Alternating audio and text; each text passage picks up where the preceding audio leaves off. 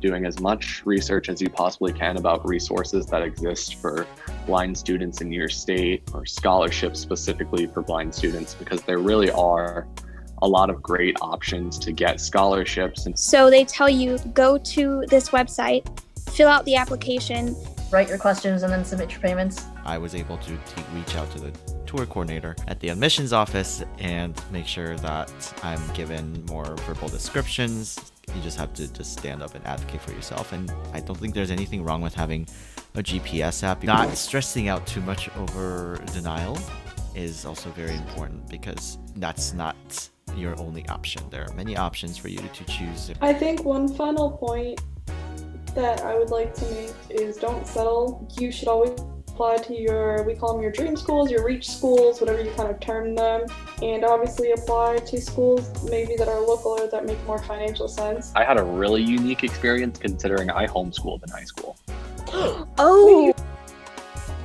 Hey everyone, and welcome to the NABS Now podcast. I'm your host Nina, and I'm here today with my awesome co-host Seyoon, and we're going to dive into all things undergraduate applications. So let's get right to it. You're listening to the NABS Now podcast, brought to you by the National Association of Blind Students, a proud division of the National Federation of the Blind.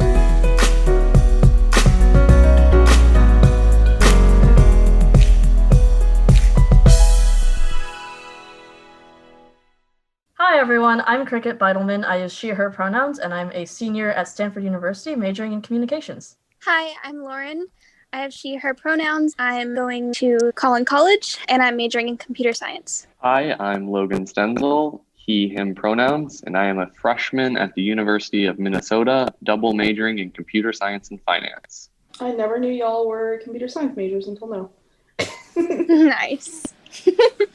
I'm not computer science. Give me some credit here. I know you're not, but I meant Logan and Lauren. I forgot that they were both computer science. CS squared.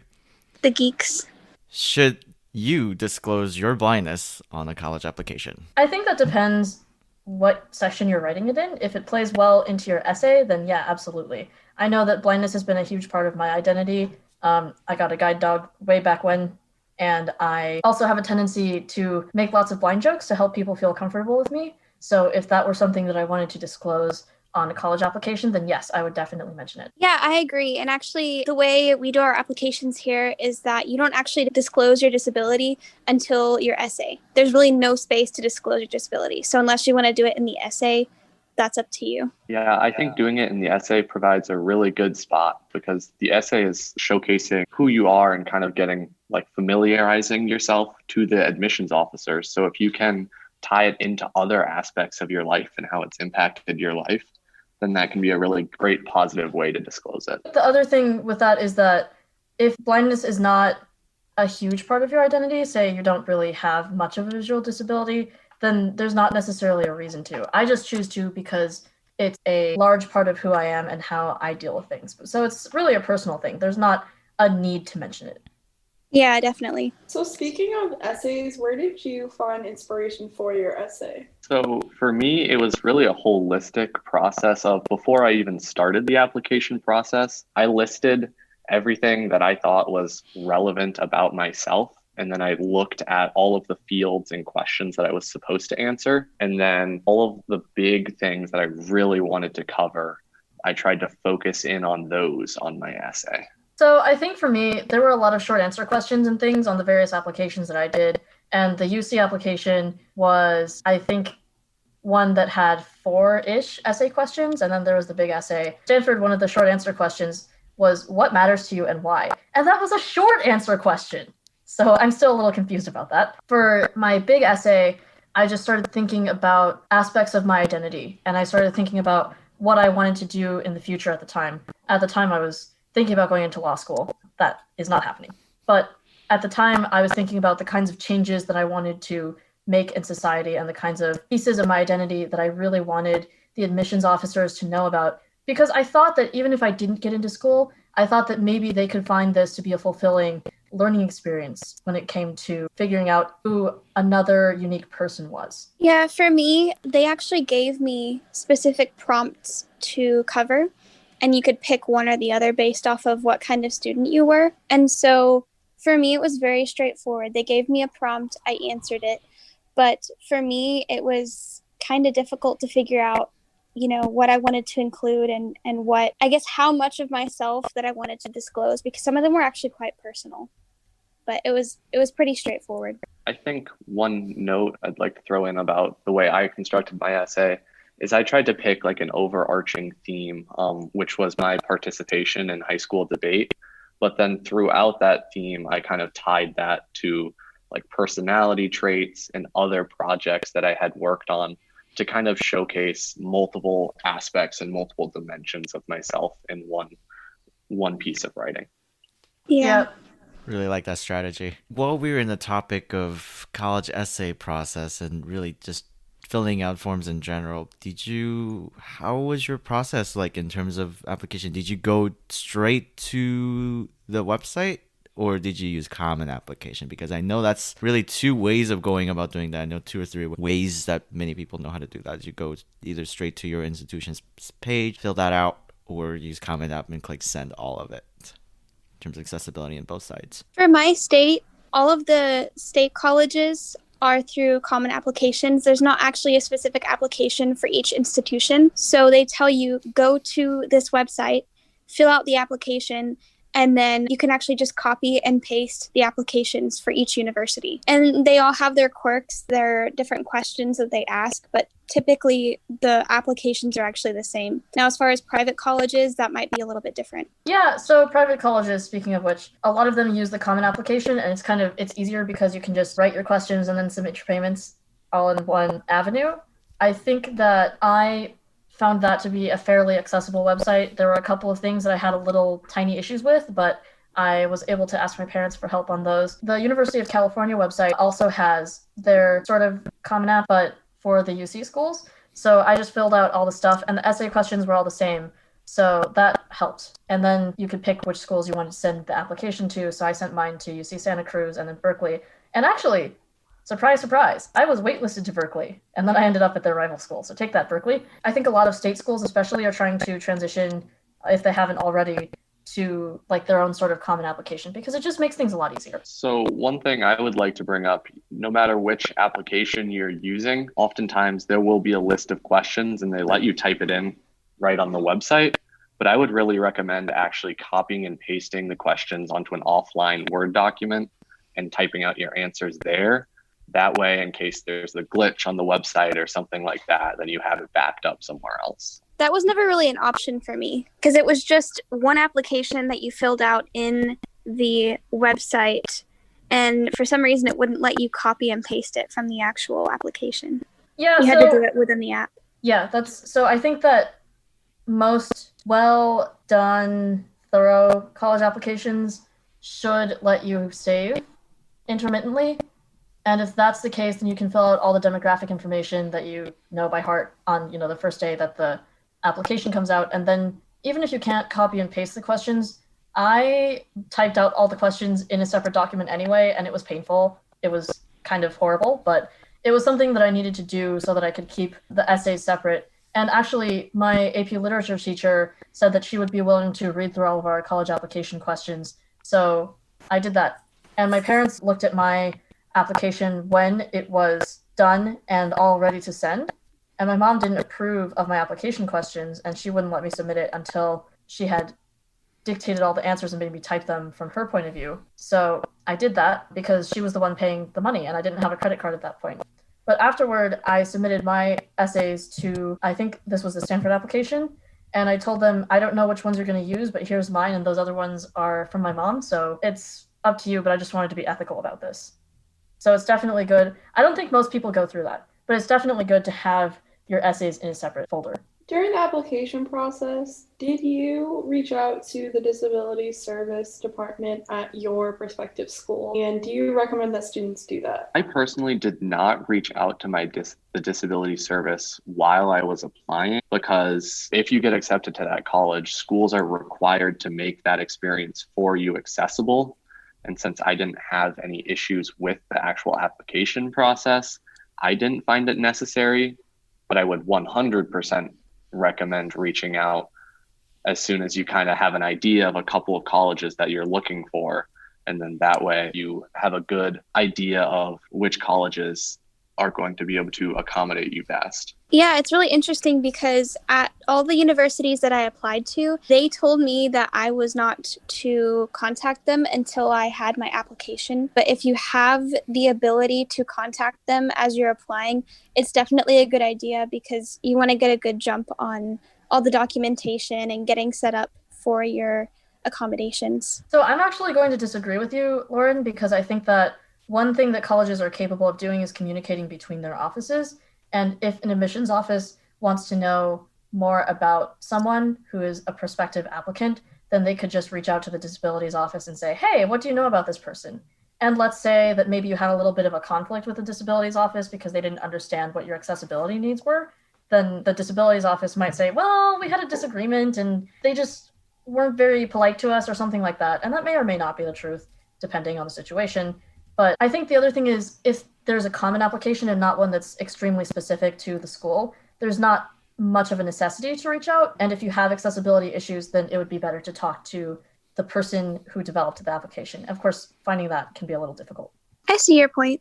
Have you relied on any resources that you were provided at your high school or any other resources online to help with college applications in any way? Were they useful or not really? No to all of it. So for me, this is not a very formal resource, but A, I found it entertaining, but B, it was also maybe a little reassuring. I kind of watched a lot of YouTube videos about college applications, and it was just interesting to hear different perspectives on what you should and shouldn't write about and what college admissions officers are looking at. So it wasn't like super formal, but it was something that was interesting. Sure. I think that's a resource that anybody could turn to these days. They talked to us about how to apply for college, but it wasn't like there was a resource through my high school that we could use. I also checked YouTube and researched and really just looked into the best way to fill out your application. How did you make the most of touring a campus as a blind student? So I know we have a lot of students who understand that tours are important, but they're like, what am I going to get out of this as a blind student? So if you did tour your campus, how did you make the most of that experience? I'm going to assume none of you toured your campus. Did either any of you tour your campus? I did not. I didn't either. So, I mean, I was just going to say that I wanted to tour my campuses, but because I kind of already had a really solid idea of where I was going to go, my parents didn't see the need for me to do that. Sure. Same. I could actually jump in with a tour question as well myself because I also had a solid understanding of where I wanted to go. And while I had plans to tour other campuses as just an exploration type thing, I did tour the campus I'm actually attending, St. Louis University, and I was able to reach out to the tour coordinator at the admissions office and make sure that I'm given more verbal descriptions since you're with a group already. Your parents are a really good resource too if they're with you, but if not, I think you just have to just stand up and advocate for yourself. And I don't think there's anything wrong with having a GPS app if you're familiar with something like Nearby Explorer, near Blind Square. Have that open just to see if you could get your grounds somewhat familiar, even though you may be walking with a group in a very new and unfamiliar situations. I was just going to say some schools have like an admit weekend for prospective freshmen. That's what Stanford did. And so you stay with some upperclassmen and then you tour and you do fun activities with them. And I wanted to go to that, but there was not an observable need for my parents. But if that's the case, then, because I always think it's better to not necessarily have your parents with you if you're going to be hanging out with other students. But if that's the case, then you just tell the other students, hey, if you could just describe things for me, that would be great. Because these other students are already committed to being room hosts for you. And so at that point, they should be, they should find it exciting to show people, I guess, the works. Right. Welcome you into their community, if you will. I had an orientation mobility instructor that helped orient me to the campus. And so that was actually more of a resource for me versus a tour because we were able to go more in depth and one-on-one and find the landmarks and figure out where everything was versus a group tour. And I definitely think that there are benefits to having a group tour or attending a group tour, but that isn't something that I did. So I actually have a totally different perspective on this. I worked from my freshman year up until my junior year, which is what I just started, giving tours for prospective students, which was super interesting. I was very lucky. I go to a really small school, so when I requested a tour and my parents wanted to see the campus as well, they actually found one legally blind student who was close to graduating, who was like the only other blind student, I guess you could say, who had ever gone here, and they had her give me a tour. I will say it was a lot different because she didn't use a cane or anything like that, and so we didn't have the same orientation mobility kind of concerns, but it definitely was nice that they tried to match me with someone who they thought would get my perspective. But I definitely had to kind of learn the campus very well for my job, so I kind of got to experience both sides of the tour process.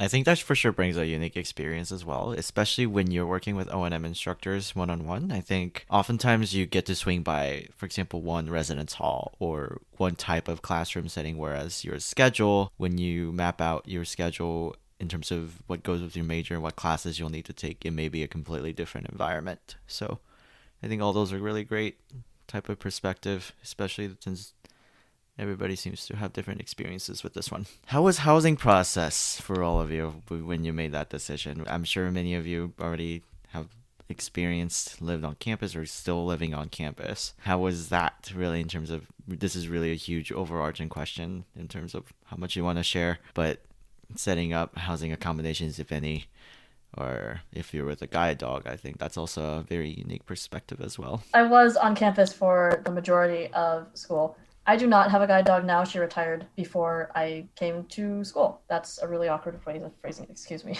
So she retired shortly before I started freshman year, sort of. And I didn't really need too many housing accommodations, although I did ask to be on the first floor because I thought that would just be easier. I was given a single, actually, because they assumed that I needed one. And it was nice because I had a huge room. But shortly after fall quarter ended, I wanted to have someone in there because that can be a little isolating. So I asked one of my friends whose roommate had left during fall quarter if she wouldn't mind just staying with me. So for me, I actually just moved onto campus less than a week ago. And I think the one thing that I'm still getting familiar with, and I think this is probably just going to be a key thing, is my campus is really large, but understanding and knowing that like getting lost is productive. So I've spent like many hours over the last couple of days just being lost. Like I know it's been frustrating, but I'm also Logan. I got lost way too many times. And it's so frustrating, especially because I moved in while school was starting. So it's like I should be doing schoolwork or whatnot right now. But when I've kind of switched my perspective to like, honestly, it's kind of not necessarily fun to get lost, but like make an adventure out of it. Like, it's rewarding when you find out where you're going eventually. Yeah. But don't take it like too seriously. Yeah. Things will work out. I actually still live with my parents, but it has definitely been interesting trying to get to and from campus, having to get rides and all that stuff. Do you have any tips for that? That's actually a really good perspective segue. Do you have any tips for commuter students? Yes. So I actually have several on this one. I've had multiple different ways of commuting. When I first started, I was using Lyft or this ride service for disabilities, and at times that could be very unreliable and you end up getting in the car with strangers. And I think that if that is your only option, that's great. But I would say schedule your rides at least 30 minutes ahead of time. Make sure they get there early so that you have time to get to class. And then when you get in your ride, make sure to text someone and let them know that where you're going, who you're in the car with, that kind of thing as far as safety. But then if you have the ability to get like a family member or a friend or maybe someone that's in your same class to give you a ride, I've actually paid people to come pick me up and then drop me off. And that has actually worked really well this semester. How do you recommend for students to feel like they're still involved on campus if they're a commuter student? That's a really good question. It's a little bit different for me because my community college, actually most people are commuters. So there are very few students that actually do live on campus. But I would say if you are a commuter student, it's really important to just pick something that you know you can go to. Like go to at least one event or at least one club a week. And so that way you at least feel like you're actually on campus. Go like meet people, go be intentional about making it to campus. Because even though you may not be involved on campus, or even though you have to commute to campus, you can still be involved in the environment. Is that what you're going at? No, yeah, that's a really good point. I just thought it was super cool to kind of get that perspective, because I know my school is like 70% commuter as well, and so I personally live on campus, but I know some blind students say they don't feel integrated to campus even when they live on campus, so I was really curious. Yeah, it's hard. It's hard because you want to be involved, but that getting to and from can be very difficult, especially if I've had rides that have been very unreliable and I'd show up an hour late to class. So if you feel like you don't really have a good, reliable way of transportation, it can be really stressful. Which is why, so for context, I go to school like 30 minutes away from where my parents live, but I opted to get scholarships and live on campus for that exact reason, because especially with northern winter weather, I wasn't sure if I would be able to have really good transportation all the time, especially like I know for those of us who take like 18 credits and stuff, you have a lot of class hours that you're putting in, and so that's really interesting you brought that up, because that was actually my main driving force behind why I decided as a freshman to live on campus. Yeah. So I just have a tip for if you are living on campus, and it's not necessarily getting involved in a formal way, but it's about feeling connected, especially in current times. It can be really difficult with some of the restrictions that colleges have in place. But honestly, just say hi to as many people as you possibly can and try and strike up conversations, because most likely the other people, especially at the beginning of the year, are just trying to find connections too. So everyone's in the same boat. So it's a really great opportunity to try and meet people and make friends just spontaneously too. Yeah, that's good. Yeah, and if you have a classmate who lives in your dorm, then you can ask if, you can walk to class with them. Obviously, it's not necessary if you really like being super independent all the time, but I think it's nice because then you get to know people. Yeah, and then like from that one connection, they'll start to be like, oh, hey, meet this friend or meet that friend, and you end up walking together to class, and they stop different people, and then you get involved with their people. It's you can really branch off as far as social interactions by doing that. I think 100% agree.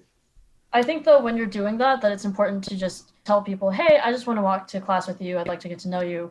And then, there might be a point where they think that they're like walking the blind kid to class, but just tell them at some point, if that comes up, you just say, I'm totally capable of walking. I just think it's nice to be with someone, and to get to know you. And then you end up getting coffee with them, and it's a nice experience. And you never know, maybe you end up dating them in the future. I think that's a really good perspective as well. And I think for me, one of the biggest connection, if you will, was if your school offers this for your residential community. My school called this a learning community, where you'll be housed with other students who are interested in similar topic or interests. So for mine, it was my learning community was called Leadership for Social Change. So that brought a bunch of students in the same floor. And I think, especially where no one knows each other, I think that brings a really good connection, because you are housed with other students, both male and female, on the same floor.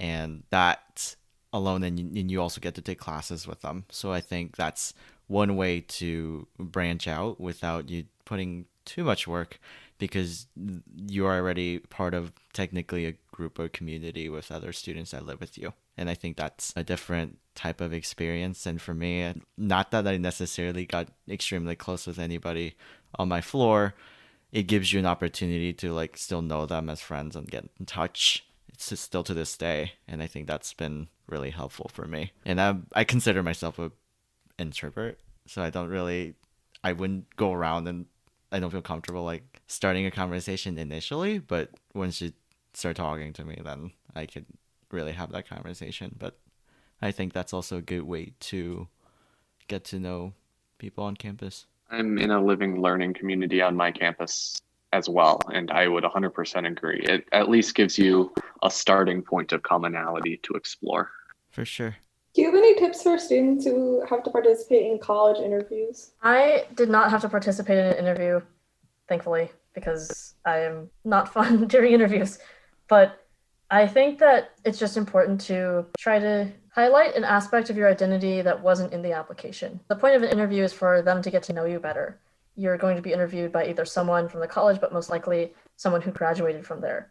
So just take some time to maybe meditate or something beforehand so you're a little bit calmer. I think that obviously it's important to be in a quiet place so you're not introducing them to your mom yelling at you to fold your underwear or something. But yeah, try to just talk about a piece of you that wasn't on the application, because I think that at least when I'm doing podcast interviews, for me, it's more of like having a conversation where I get to know the person as much as they get to know me. So they're going to ask you questions, but try to answer them in a way to where you get to direct the conversation a little bit, just as much as they're directing the conversation. So I didn't do any college interviews, but I did do scholarship interviews, and kind of along the lines of taking time to meditate beforehand.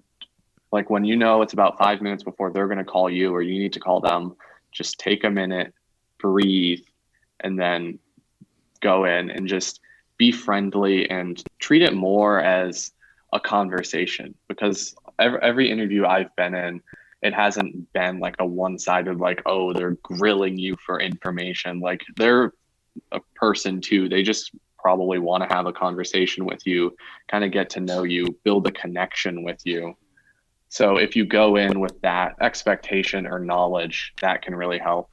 And then just be prepared beforehand. You've obviously at this point gone through your application and written your application, but also just think, as Cricket said, things that you haven't brought up, or even things that you did put in your application, but maybe a different spin on them or a different way of showcasing yourself. And if you have an idea of what you want to say during the interview, that can really go a long way towards calming your nerves beforehand.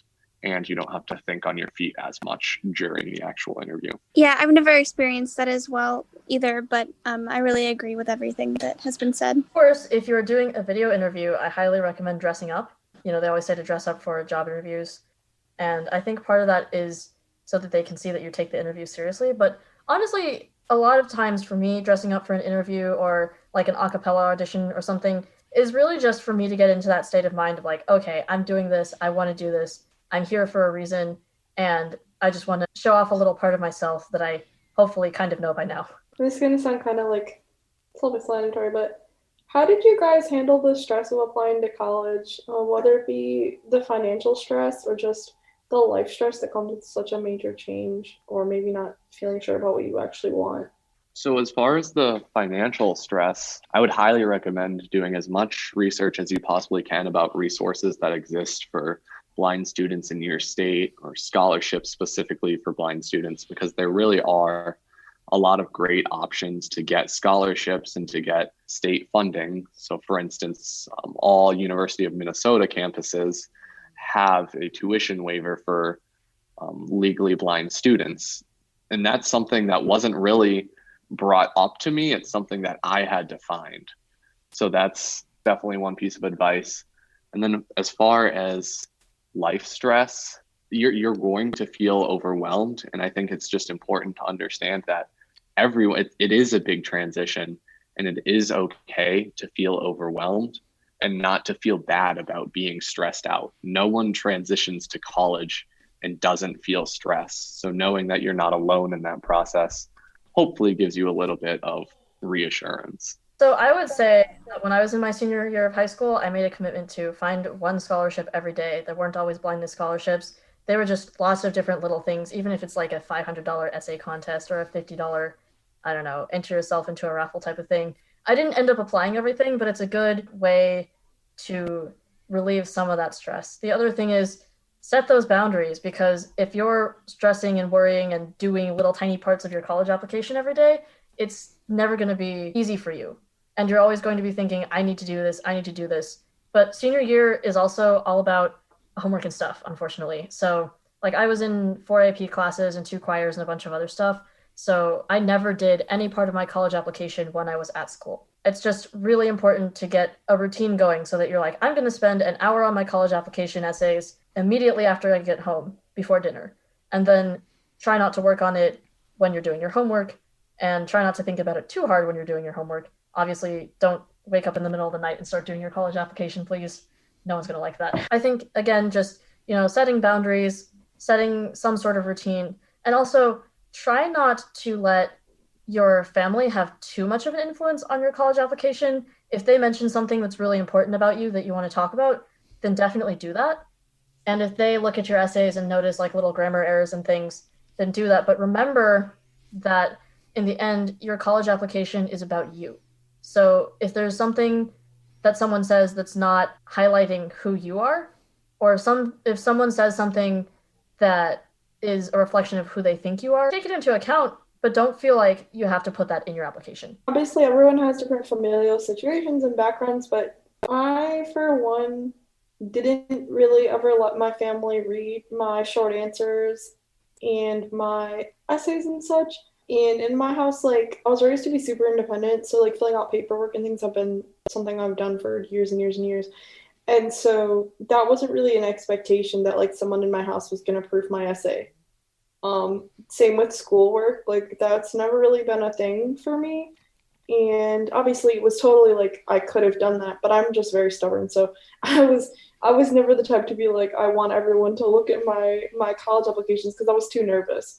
And so I think like that's okay too, if that's how you manage your stress by like only showing them to a really trusted friend or teacher or maybe one of your parents. Like don't feel like you have to display this part of yourself to the whole world because it is kind of a private journey sometimes for some people and it can be really stressful. I would add to what Nina said, and I do have a little bit of a different perspective on this one because my parents have not attended college in the United States and that I immigrated to the United States less than 10 years ago. I didn't have necessarily a support from them just because they are not familiar with college application process in the US. So a lot of that was my self-discovery just because I didn't have that type of choice. And I think that definitely brings an interesting perspective to the table because they did know the schools that are ranked at high value or are awarded different awards that, one school is good at this. And that they would have that type of decision heavily, actually.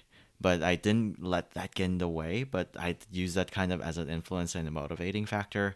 But when I worked on essays or paperwork, as Nina said, I had to get comfortable with filling out paperwork on my own because they're limited English proficiency. But I think other than that, really essays, I think it's good to use other resources and other adults because more than likely if you're a blind student, you'll have a TVI with you or an O&M instructor with you. And I think you could talk to them just because they know not only your blindness specific type of things, but most likely they've been through college applications themselves. And I think I'd use them as a huge resource. I had them look at my essays or I had them just peek at my application, see that everything looked good. And I think those are really good resources too. And if you feel mentally overwhelmed or stressed, find a friend or trusted family member that may not be your parents because I know things are a little dynamic depending on how your relationship with your parents are when it comes to college applications. But I think talking to a school counselor helps and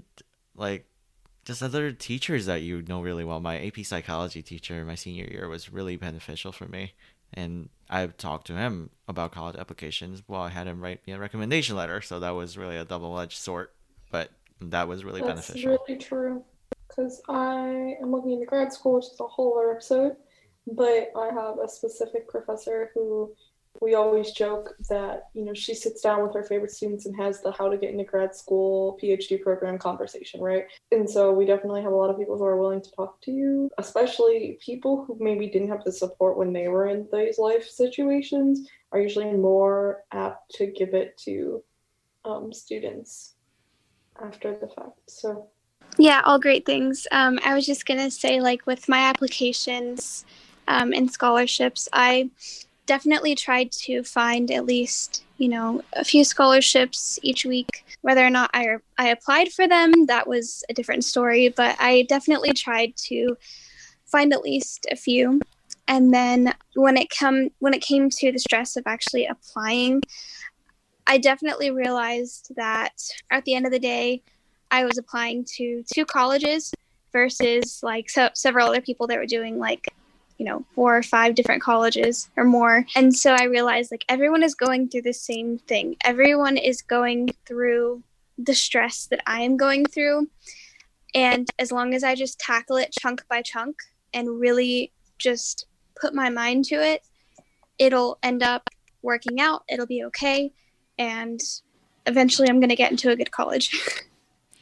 I think it's also important to mention that it is okay to receive a denial rejection letter. I think that's part of life, right? Because not everything we desire give you an outcome the way you want it. And I think of 6 schools I applied, I actually received 1 denial letter. And I think it's important to realize that you've tried. You definitely put in an effort to submit your applications as much as they looked at your application. So I think not stressing out too much over denial is also very important, because that's not your only option. There are many options for you to choose. There are over 8 to 1,000 schools just in the US, and I think not letting that down is really important. I actually got several denial letters as well, and when you get one of those, it can be very difficult to handle, and it can be very upsetting, and you might feel like you don't want to keep applying, but it is actually a really good idea to reevaluate, figure out what they need, figure out where you may have shortcomings were in that application, and really try to work hard to fix those and reapply. Like, most of them want you to reapply, like fix whatever it is that you need to fix and then start again. Because just because you've got denied once doesn't mean you're going to keep getting denied. I think one final point that I would like to make is don't settle. You should always apply to we call them your dream schools, your reach schools, whatever you kind of term them, and obviously apply to schools maybe that are local or that make more financial sense, but never just settle. I know that if I could do one thing over, I would have applied to more schools. I only applied to a few, and by a few I mean like 3 or 4, but 2 of them were local and 2 of them weren't. And I just didn't look beyond that. I didn't have anyone telling me to look beyond that. And I had a lot of people who wanted me to stay close. And so I'm happy with where I am. I'm super happy with how my educational journey has turned out so far. But I definitely think that if I were to give anyone advice, it would be to not settle and to look at and to apply to as many schools as you want, no matter how different they might be from one another. A lot of schools have tuition waivers for applications. I wish I had applied for some of those, but there is almost always a way to get that sponsored. There are various organizations, probably in your community, that'll sponsor 1 or 2 of those if you look hard enough, or if you tell your connections with those organizations. A lot of, especially community service groups, are willing to do that if you just talk to them. Applications are hard, and it's also a little stressful writing the same things about yourself over and over again. But just try to give every application a little bit of a different spin, just so that various groups of people get to know you a little better, and so that you're not boring yourself with the same stuff. I think it's just really important to reach for those schools that you dream about. And even if you get a denial letter, that doesn't mean that you can't transfer. It's important to have hope. It's important to have an inspiration and a dream. And there's almost always a way to achieve those dreams. So just think about what you want to do. This is just one small piece, but a lot of applications require letters of recommendation, and I would just recommend reaching out as early as possible on those, because honestly, some of the most stressful situations I was in my college application journey was just stressing about getting those letters in on the deadline. So just like a small thing, like think pretty early on who might be willing to write you a letter, and reach out pretty early and follow up with them if necessary.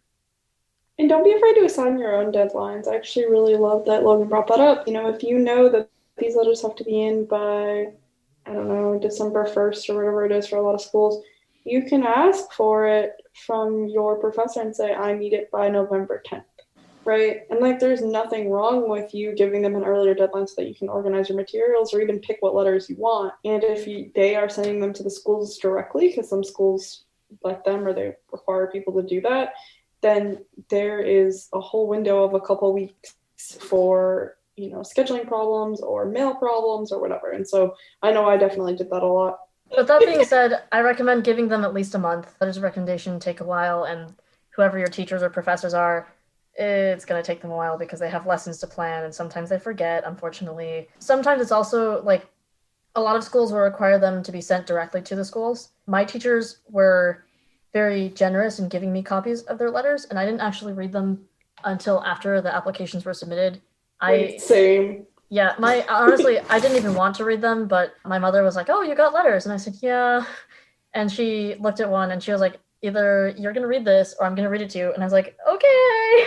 So I read it, and it was very nice. But the other thing is, when you're applying to scholarships, a lot of the big ones, the NFB scholarship program in particular, will require 2 or 3 letters of recommendation. So I don't know if it's necessarily great to ask your teachers for them, but if you receive a recommendation that you want to use on those big scholarship applications, then definitely do that. I was just going to say that I always had to ask for my recommendation letters. And then also, I had a teacher that would actually require, on the first day of class, he'd say, okay, if you need recommendation letters, you need to tell me next week, because chances are I'm not going to give them to you until a week before your deadline. We would have to ask. I would go through and ask all of my teachers, please give me recommendation letters. Please give me recommendation letters. And I'd give them a deadline, and then they wouldn't give them back to me until maybe like the day before that deadline or a week before that deadline. And so, just make sure that you're asking for them, but then also giving yourself time to go through and actually submit those and figure out which ones you want to give, because not all teachers are the best at getting them to you on time. If it's a high school teacher, they're going to be writing a lot of letters. So if you can get your request in first, they're going to remember that. I was also just going to add that, Lauren, I had that experience as well. And I had a teacher who actually had recommendation letter forms that you filled out because he taught a few hundred kids. Yes. But what I was going to say is don't be afraid to use your past contacts and your past networks, because chances are if you just got a brand new teacher and it's like September or October, maybe they don't know you as well as, say, like your creative writing teacher from the year before. And if you're applying to like an English program, that recommendation letter might hold weight. So kind of just think about relevancy and how well the person actually knows you. I would say that even applies to references as well. And I know that's kind of different, but like if you have an application, or if it's for college or whatever, that's another thing that you could really ask for, is if they ever ask for a reference, really use your resources. So I had one thing that I didn't bring up in the actual podcast, which is kind of interesting, is I had a really unique experience considering I homeschooled in high school. Oh, I think the reason I brought up letters of recommendation is because that was definitely the hardest part of it, considering I didn't have high school teachers. Right. So my letters of recommendation were like really heavy on activities that I was involved in high school.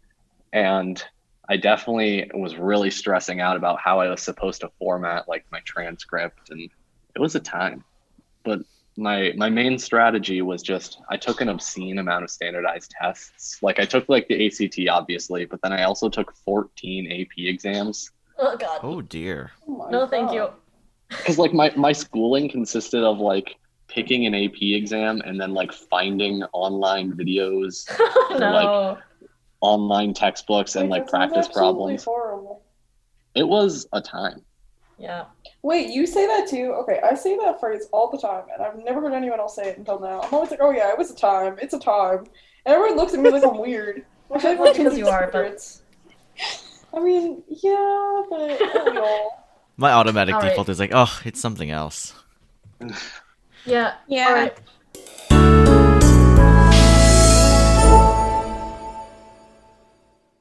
Now that we've covered all the aspects of applying to undergrad schools, it's time to talk about the scary part of college, paying for it. So joining us today to talk about financial aid is NABS Secretary Mausam Mehta. Okay, Mausam, so everyone says you're the queen of financial aid. Are you ready to let me pick your brain a little bit? Oh, yeah, I'm excited. Okay, so what different types of aid are there to choose from when you're looking into paying for college? So I first want to reiterate, paying for college is the scariest part, absolutely. But there are options out there. There are federal Pell Grants, there are scholarships, and there's also state government aid. So as you're doing your college search and you're looking through your options, you will not be disappointed by the lack of funding out there. Also, short plug, don't forget to check with your VR agency in your local state and also the National Federation of the Blind national and state scholarships, which can be found at the various affiliate websites as well as nfb.org. So, Mausam, when do you recommend a student starts to apply for financial aid? So FAFSA, which is the application for federal student aid, opens on October 1st. And from then on, you can start working through that application up until early spring, which is when most priority deadlines for most schools is kind of specified. Other than that, scholarships are available all throughout the year, and there are various websites that can help you match to certain scholarships. So always keep an eye out for those. Can you give a brief overview of the accessibility challenges and maybe some solutions that go along with those when it comes to filling out financial aid independently? Sure. So the entire process is pretty involved. It's a bit of a lot, but I will say that in my experience, the forms are pretty accessible to navigate with a screen reader. The biggest trouble that naturally you end up running into is that tax documents are usually on paper. So you will have to ask for some visual assistance when you're transferring the numbers into your forms. Another thing you can do, though, is you can use the data retrieval tool from the IRS that's specifically offered with the FAFSA form. And if your taxes were filed online, you can kind of upload all of your tax information directly into the form. But I would recommend that you do have somebody check and verify those numbers, especially if you do have the documents in print. Thank you so much, Mausam. Thank you to all our special guests who spoke with us today. I hope that you all found this episode really helpful, and we can't wait to get back with you next month.